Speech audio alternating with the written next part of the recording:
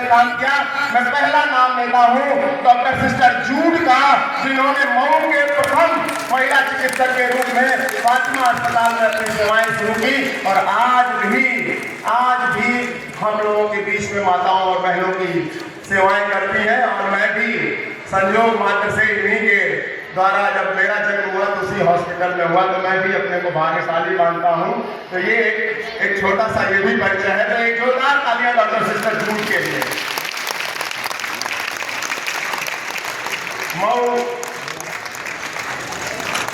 ये लवकुश की जन्मस्थली, बुनकरों की नगरी है। तो इसमें अगला नाम हमारे मुफ्ती अनवर अली साहब का मैं नाम लेता हूं। उनका भी नाम हम लोगों ने रखा था कि वो आएंगे, लेकिन किसी कारणवश नहीं आ पाए हैं। अगला नाम राजमंगल यादव जी, जो पूर्व प्रिंसिपल गजबल इंटर कॉलेज रहने के हैं। पूरा जीवन उन्होंने अपने शिक्षा के क्षेत्र में इस मऊ के लिए दिया है, मैं उनका देता हूं। उसी के क्रम में मौलवी इफ्तिखार जी का भी हम अभिनंदन करते हैं। उनको भी हम लोगों ने अपने बीच में बुलाया था कि वो भी सामाजिक रूप से हमेशा मऊ को नई दिशा दिखाते रहते हैं। इसी क्रम में व्यापारियों के लिए संघर्ष करने वाले श्री उमाशंकर उमर जी को मैं आमंत्रित करता हूं कि आए और स्वामी जी से आशीर्वाद ग्रहण करें और स्वामी जी द्वारा उनको एक अंग वस्त्र देकर सम्मानित किया जाए। आप सब जानते हैं कि देव प्रकाश उमाशंकर चाचा जो है हमेशा व्यापारियों के हितों के लिए आजीवन संघर्षरत रहे। तो एक जोरदार तालियां उमाशंकर चाचा के लिए।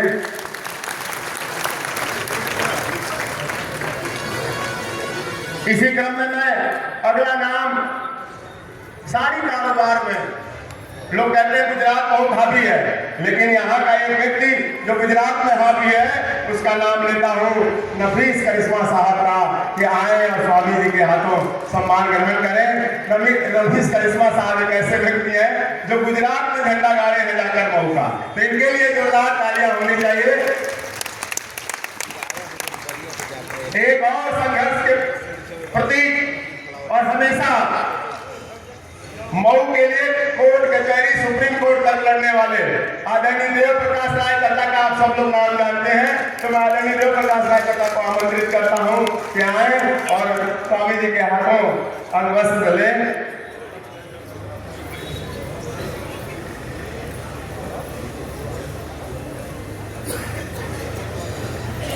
इसी क्रम में साड़ी उद्योग से ही यह बुनकरों की नगरी है, जैसा कि मैंने स्वामी जी को बताया। तो हाजी मुश्ताक डानियाल साहब को भी हम लोगों ने आमंत्रित किया था, वो अभी नहीं उपस्थित है, लेकिन उनको भी हम सम्मान देना चाहते थे। अगला नाम, आप सब गौरी घाट जाते हैं मुक्ति धाम पर, वहां के प्रथम चेयरमैन और पूरा जीवन उस मुक्ति धाम के नाम करने वाले श्री गुलाब चंद गुप्ता जी को मैं आमंत्रित करता हूं कि वो आए और स्वामी जी के हाथों उनको सम्मानित कराएं। ब्रिजमोहन जी, गुलाब चंद गुप्ता जी के लिए जरूर तालियां बजाइए। रात दिन हम जब भी पहुंचते हैं अपने इष्टजनों को वहां उनके दाह संस्कार के लिए, तो आपके द्वारा बनाया हुआ वो जगह किसी रमणीय स्थान, और यहाँ से विधायक भी मऊ के पूर्व विधायक भी रहे और आज समाज के हर उसमें लड़ते रहते हैं। समाज जब भी भटकता है तो आईना दिखाते हैं। पूर्व विधायक कामरेज इम्तियाज साहब को मैं आमंत्रित करता हूँ कि आए और स्वामी जी के हाथों सम्मान प्राप्त करें। कामरेज इम्तियाज साहब,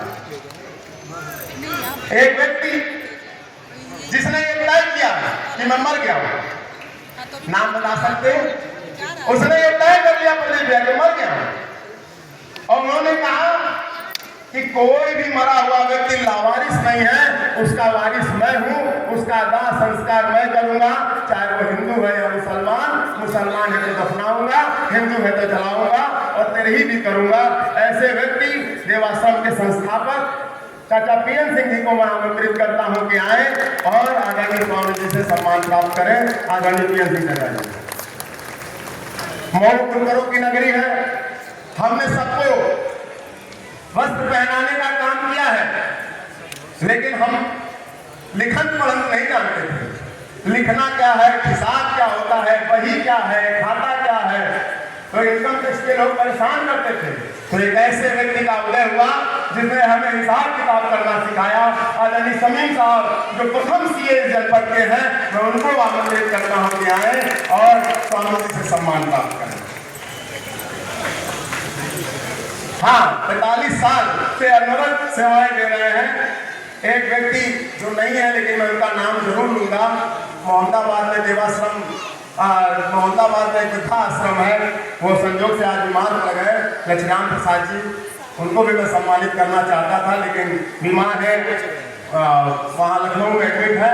अगला नाम तुलसी राम जी, जो एक साधारण शिक्षक के रूप में हजारों बच्चों को उन्होंने पढ़ाया और बनाया और कभी किसी पुरस्कार की चिंता नहीं की। वो भी हम लोगों के बीच में उपस्थित हैं। मैं उनका भी स्वागत करता हूँ, अभिनंदन करता हूँ, वंदन करता हूँ। मेरे गुरु इस जनपद में जब खेल को लोग केवल कुश्ती तक सीमित समझते थे, एक ऐसा व्यक्ति जिसने बच्चों को घरों से निकालकर एक कच्ची फील्ड पर अपने बच्चों को ले जाकर आज राष्ट्रीय और अंतर्राष्ट्रीय स्तर के क्षितिज पर पहुंचाया, हॉकी खेल में पहुंचाया। मैं भी इनका प्रोडक्ट हूं। आदरणीय उमेंद्र सिंह जी को सभी लोग जानते हैं, मैं उनको भी आमंत्रित करता हूं कि आए और स्वामी जी के द्वारा सम्मान प्राप्त करें। स्वामी जी को यह बताना चाहता हूं कि आज 50 से ज्यादा बच्चे क्लास 1 और क्लास 2 अफसर के रूप में खेल के माध्यम से नौकरी पाए हुए हैं, वो इनकी देन है। इसी क्रम में संस्कृत विषय को हमेशा जिंदा रखने के लिए अपनी पूरी ताकत लगाने वाली हमारी माता तुल्य श्रीमती जानकी राय हम लोगों के बीच में उपस्थित है। शिक्षाविद के रूप में मैं आपका भी सम्मान कराना चाहता हूं। आप भी आए और स्वामी जी के हाथों सम्मानित हों। अगले क्रम में हमारे सिंधी समाज के आप सब नाम जानते हैं, व्यापार देने वाले सिंधी बीड़ी का, और उनको अपने समाज के लिए हमेशा आगे बढ़कर काम करते हैं अशोक तानवानी जी। मैं आपको भी आमंत्रित करता हूं, आए और स्वामी जी के हाथों सम्मान लें। अगला और आखिरी नाम इस सम्मान में मेरे अभिभावक, स्कॉलर फाउंडेशन के संस्थापक और बुनकर बाहुल्य क्षेत्र में शिक्षा की अलग जगाने वाले वैश्य तरफदार जी को मैं बुलाना चाहता हूं कि आए और स्वामी जी के हाथों सम्मान प्राप्त करें।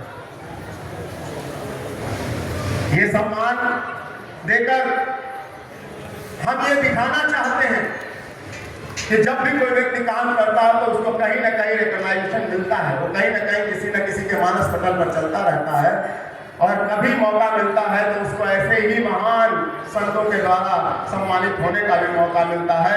तो हम जिस काम को कर रहे हैं उसको करते रहना चाहिए, बिना ये सोचे, बिना ये डर किए कि इसका कोई मुझे रिकॉग्नाइज करेगा कि नहीं, बिल्कुल करना चाहिए। मैं आदरणीय स्वामी जी से अनुरोध करूंगा कि स्थान ग्रहण करें।